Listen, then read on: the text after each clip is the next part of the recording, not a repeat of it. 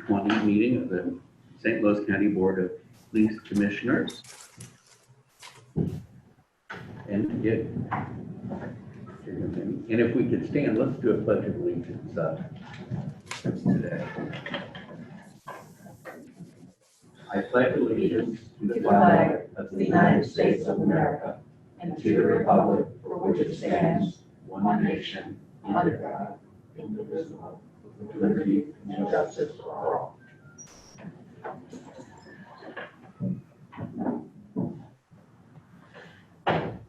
Thank you. You want to do the roll call? Commissioner Gartner. Here. Commissioner Hassler. Here. Commissioner Price. Here. Commissioner Punch. Here. Commissioner Schwerin. Here. All right. First item of business is the chief's report. We'll go ahead. We'll all try to do the best we can so you can understand us through our masks. Thank you, Judge Price, members of the board. I'd like to open the chief's report with a little review of the events of the past 10 days in Ferguson and throughout St. Louis County and about our response. I would like to say that we had a very measured response in the St. Louis County area and regional assistance, and the operations went smoothly. We managed to have very little to no contact, negative contact with protesters, and it was very peaceful, and the officers of all departments that were involved had a very measured, very deliberate response, and because of that, I think we had a really good interaction, as good as possible, in protest arena in Ferguson. So I wanted to share that with you. When we have returned to normal shifts from the 12-hour shifts that we were on, and are moving forward and as normal as operations we can have until buildings actually open next week. I'd also like to talk a little bit about the letter that I received and Judge Price received from Dr. Page yesterday, asking the police department to have an audit or review of its use of force policies to include members of the public and interaction with the public. I would like to say I appreciate Dr. Page's input. However, as you realize, many months ago, we headed down the road of having an audit already done in the police department reference this, and have reached out to try and engage in a contract with a particular company. So I'd like to say we're moving forward with that, and we will honor the request as to the direction and scope of his request, which in addition to the other things we want to look at, we'll make sure that that is included in the scope. I would also like to mention that today is the funeral of Captain Dorn in the city, and he is in all our thoughts, as are all the people who have suffered loss and problems, and well, everybody who's been involved in the terrible tragedies that have gone on, but particularly just wanted to mention that his funeral was today, and our prayers are with him and his family. I did want to make one brief comment about, in relation to everything that's going on. It is the mission of this police department to move forward from here on this day to engage in fair and equitable and effective policing for the citizens of St. Louis County. And we welcome a review and an audit and citizen input, whatever that looks like, positive or negative, and hopefully we can move forward from here with a review of our policies, specifically use of force, and specifically in the area of suggestions from citizens relative to 8 can't wait. Our policies, I believe, meet these criteria. We have had these criteria in place since the 1990s, and all of them in place since 2010, prior to the events of Ferguson. So I believe this police department is on very solid ground, but I also know that there's always room for improvement. And I would like to move forward in that vein and welcome an audit and a review of our policies and engage with the citizens for their comment. And I thank you very much for your time. Do we have questions for the chief? I have a couple. the process of that you just referred to, that you would roll the use of force review into, are you talking about the RFP for the DNI work, the diversity and inclusion work, or are you talking about I just want to make sure I understand No, what. what I was referring to, Dr. Punch, was I don't believe a separate audit is necessary because I believe that the areas that we were going to look at in the DNI, and this has now become part of the DNI discussion about the use of force and equity issues. So I think it would be more effective to roll it into one and to change or add to the scope of what we previously discussed might be the direction of the audit. Is there going to be then additional manpower given to that team to be able to tackle that scope, a broader scope being in place now? Well, I think that whatever the audit holds or the findings that it shows that directs to how many people they believe need to be assigned to that, we're always open to looking at that, but it is my intention moving forward, as I've spoken to you guys before, about really looking at where our resources are allocated, restructuring the police department in different units, how that looks manpower wise. So it's all part of a bigger plan, but if the report or the audit findings are that this unit has to have more people based on its function now, then I would not be opposed to that. I guess what I mean is people in the process of doing the review, because as I understand it, because the RFP process was interrupted because of COVID, the diversity and inclusion and equity group still has a lot of ground to cover. So adding the job of also reviewing use of force policies to that group, I don't see how that can happen unless there's more people to do the work. Does that make sense? I'm sorry, I think I was talking about two separate things. I was talking about the group that we were going to bring in to do the audit, not giving that assignment to the diversity and inclusion. Okay, excellent. So that does clarify. Okay. Another question that has come to me through medical channels and public health channels is the relationship between the utilization of tear gas and the potential enhanced transmission of COVID-19. Has there been any caucusing with the health department and the police department on the extent to which that is a concern and the ways in which that might need to mitigate change and immediately call for a different technique in dealing with protesters? Well, I can answer that in two parts. Number one, the use of tear gas for violent protest events and assaultive protest events is used minimally and as a last resort. And it's been found to be far more effective than other less than lethal items that, as you know, in the first round of Ferguson caused severe injuries. So as far as talking to the health department about that, no, I have not, but I am more than willing to engage in that discussion. But the effects of the tear gas are far less invasive and lasting and permanent than any other less lethal means or less than lethal means to stop violent protests.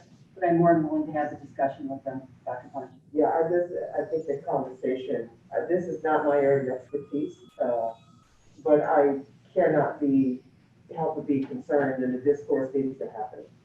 So that would be one. Certainly. And I have one more question, and it really relates to, I think, a lack of shared vision right now when it comes to understanding the issues at hand in the protests and the way in which the community, locally and nationally, is perceiving the role of racism in driving what's happening, driving it as source of pain and a source of prior hurts and an ongoing need for restoration and transformation. And I haven't yet witnessed a shared understanding of that community priority. And when we did the process of onboarding you, we went to community and had several listening sessions, and that's what we heard. And part of the tone and part of the concern for a number of both internal folks and external folks, meaning people in this department and people in community, was the way in which racism is driving disparate outcomes and disparate experiences. And yesterday, I heard language from people in this room, which made me think that we don't have a shared vision around the community concern that racism is present. Systemic racism is present even within this department. And so can you comment and help me understand as a dedicated police commissioner, your understanding of the role that racism is playing and what we're seeing right now in terms of people protesting and experiences even within our own department?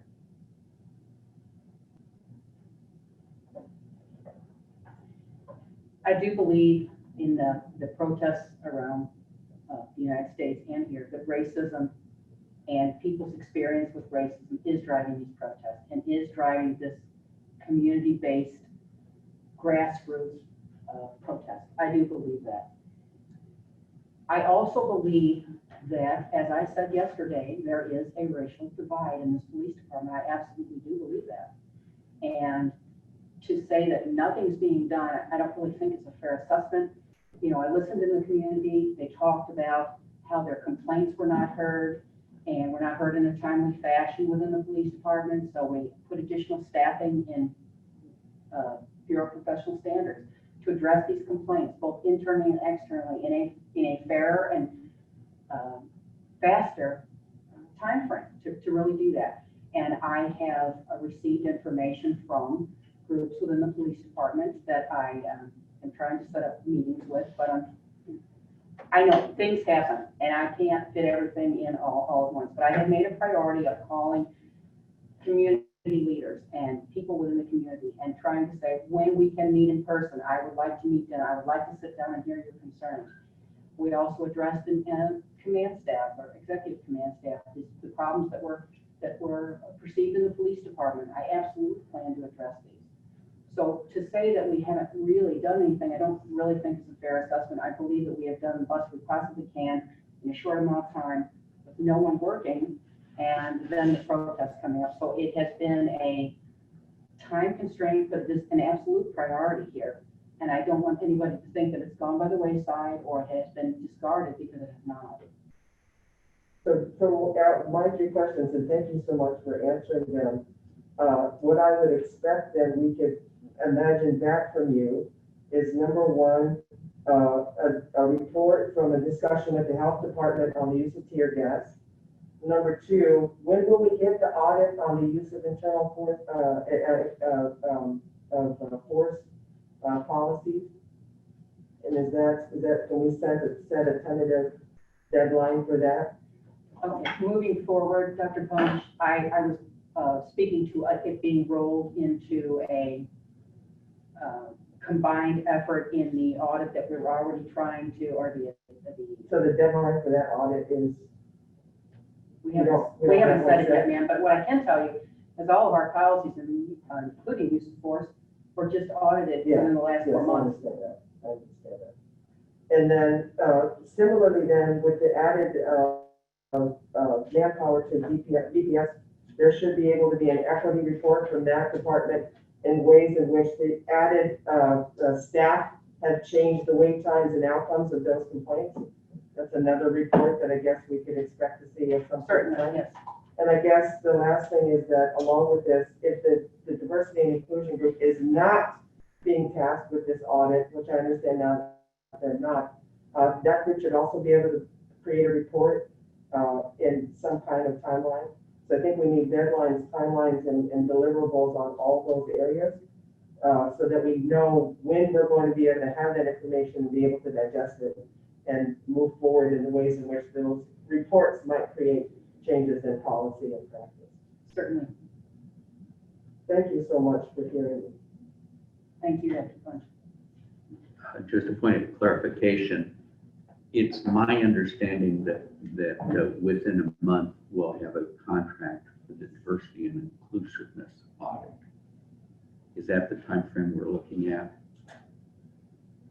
I'm not certain. I didn't speak to them this last go around, but I believe that was the intent, yes. Okay, so maybe just say the hope is that by next month, we'll have a contract and that will be ready to be. I will underway. update the members of the board when I have a verification of that. Okay, very good. Okay, other questions for the chief? I have a question. You mentioned bringing in the comments and suggestions of citizens. Do you have a strategy or idea as to how you would like to solicit and collect that information?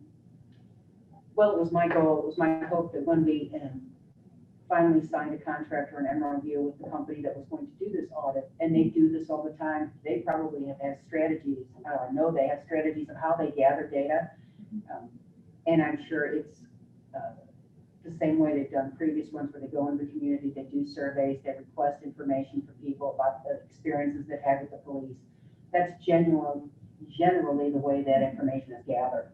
I have not spoken specifically with them as to how they would plan to do it, but I'm sure that would be listed in the MOU about how they gather that information and what that information looks like in a final report.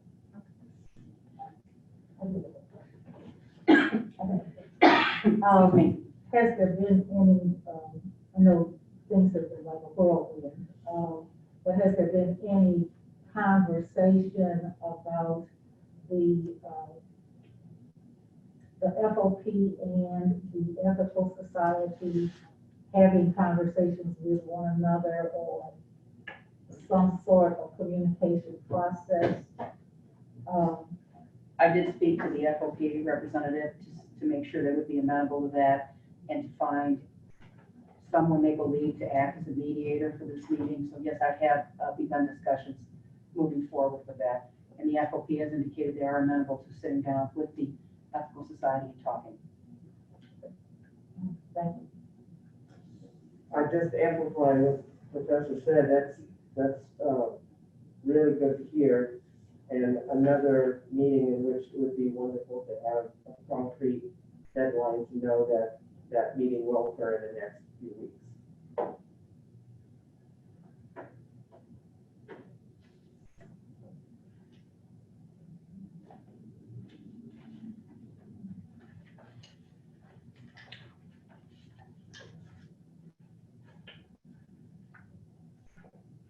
Very well. Any other questions of the chief?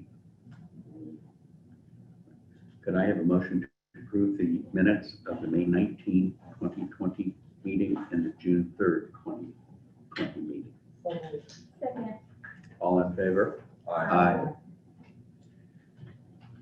Do we have any letters or communications beyond what we've spoken of?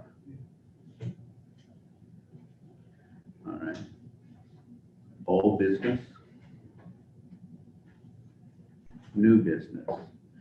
We have some contracts. We have a request for police service agreement for the town of Brantwood Village. It's a recommendation to approve a renewal contract for full police services between the town of Brantwood Village and St. Louis County. The term of the agreement is non-expiring and begins July 1st, 2020 at the annual charge of $138,163.67. We have a police service agreement with the City of Belnor. Recommendation to approve a renewal contract for communications and care services between the City of Belnor and St. Louis County. Original term of the 5-year agreement is June 1st, 2020 through December 31st, 2020 at an annual charge of $5,348. Do I have a motion to approve the two contracts?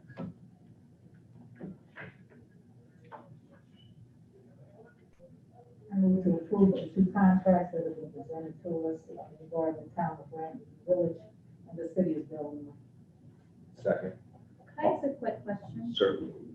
So it says it's a 5-year agreement, but the term is June 1st, 2020 through December 31st, 2020. That's 6 months. Is that a typo? Commissioner, I can respond to that. Hi, my name is Eric Schaefer, Lieutenant with the Police Contract Services Unit. That 6 month is an interim term to align with their fiscal year. Oh, I From see. that point forward, would be January to December of Got 2025. Okay, thank you for clarifying. Yes. All right, all in favor? Aye. And the general orders. The recommendation to approve the below listed general orders. General Order 20-020 is the Chiefs Committee, and General Order 20-104 Traffic Law Enforcement. I can tell you that these orders were changed, Chiefs Committee was changed to add the additional language of Division of Human Resources and the removal of staff services. And Traffic Law Enforcement was realigned to add several bulletins, special orders, and all that related information into one general order. Very good. Do we have a motion to approve the general orders?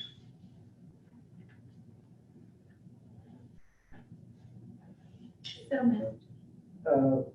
Can I ask, does this include the memo dated 5/28 and the language of the general order of 20-020?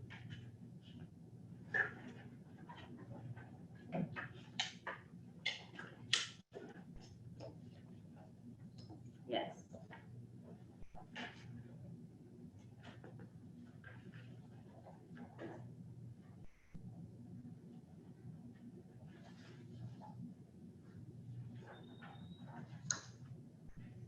I'm sorry, were you asking me? Yes. Oh, I'm sorry. I'm sorry, Are you answer that. asking? Yeah. Commissioner Schwer has answered. Oh, okay, I'm sorry.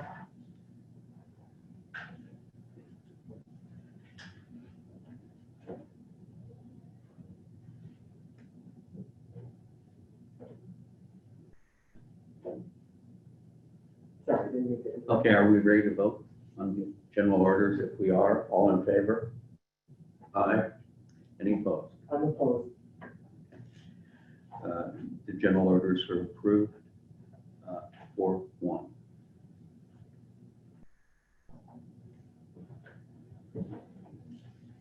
Thank you.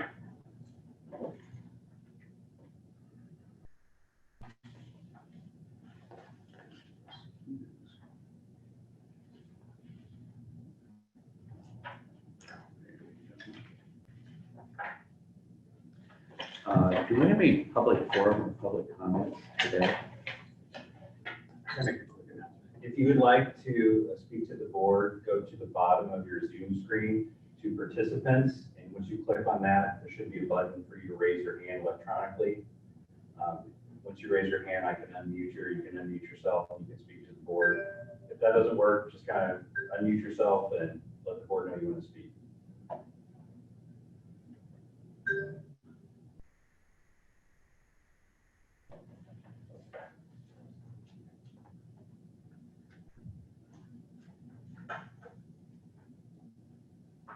I don't see anybody.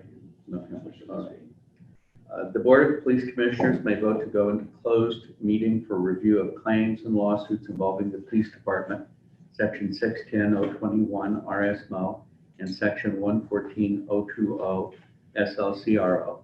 Discussion of employee and personnel matters, Section 610-021 3 and 13 RSMO, and Sections 114-020 and 13 SLCRO. And an update on union negotiations, Section 610-0219 RSMO, and Section 114-0209 SLCRO. And specifications for competitive bidding, Section 610-02111 RSMO, and Section 114-02011 SLCRO. Is there a motion to go into closed session? Second. All in favor, and this is roll call voting? Commissioner Gardner, Yes. Commissioner Hassler, Yes. Commissioner Price, Yes. Commissioner Punch. Yes. Commissioner Schwer. Yes. Thank you very much. We'll adjourn to closed session.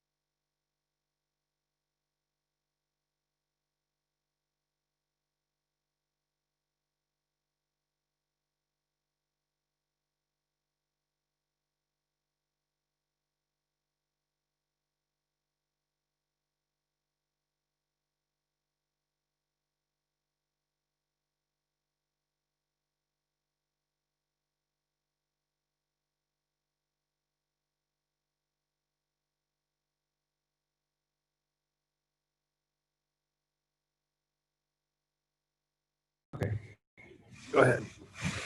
All right, we're reopening the public part of the meeting. Do we have a motion to adjourn? I move that we adjourn.